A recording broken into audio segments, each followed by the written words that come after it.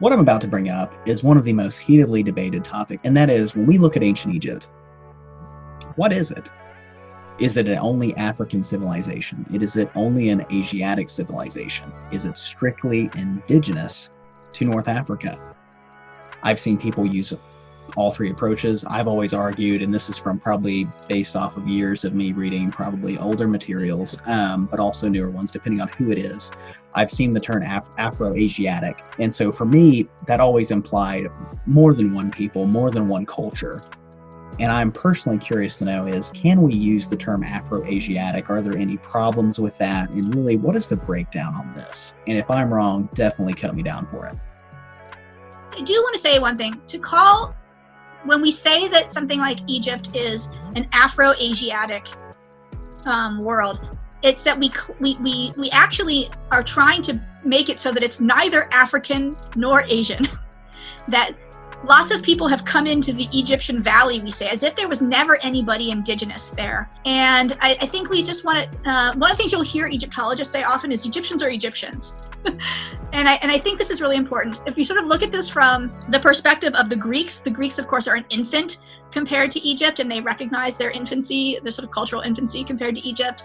They meet the Egyptians pretty late in the day. I mean, obviously there's Bronze Age interactions, but it's really not until the 7th century that we have sort of sustained interactions with Egypt again, and we have the settling of a trade outpost, Naucratis, in the Nile Delta, which is a pan-Hellenic trading outpost. When they actually finally start interacting with the Egyptians are ruled by the Nubians, supposedly, right? These Nubians, as if the Nubians had never been there, but the Nubians have been there all along. But the 25th dynasty, I believe it's the 25th dynasty, was the quote-unquote Black Pharaohs.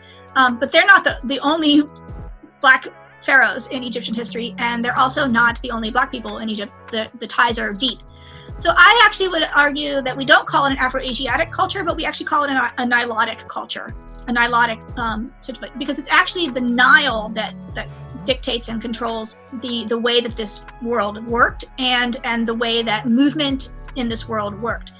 We think of movement as east-west, but this movement is going to be north-south, and it's going to be a people who really sort of span the whole length of the Nile. And there's going to be movements back and forth. There's a traditional boundary between the kingdom of the Kushites and the dynastic pharaohs, but those lines move and get blurred all over the place for over 1,000 years or more, right? And there's people moving up and down the Nile all the time, and that movement up and down the Nile is lots of people who are Egyptian, right? They might be Kushite ethnically, but they're also Egyptians, or they might, be from the Sinai Peninsula, or they might be from the Arab Peninsula and have moved into that territory. So I think we just need to be, when we try and say it's an Afro-Asiatic, we treat it as if Afro is different and Asiatic is different, but I just don't think we understand how yet. I think we don't understand yet how much the interplay between migration and indigeneity works.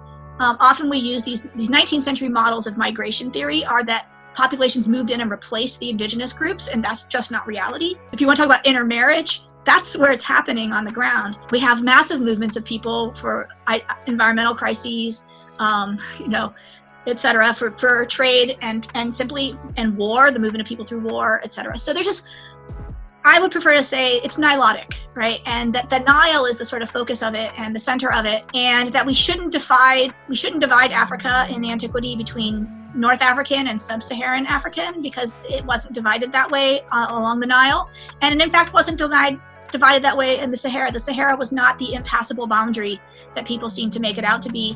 And if you want to talk Herodotus, I always say people who want to live by, if you're going to live by the Herodotus sword, you have to die by the Herodotus sword as well. If you want to believe Herodotus when he says, X, Y, and Z, then you also have to believe Herodotus when he says that quote unquote Ethiopians are indigenous to North Africa. So deal with it. But West Africa, North Africa, the Sahara, and Egypt, they've always been populated this way. And that's because movement just happened differently than we want to postulate it.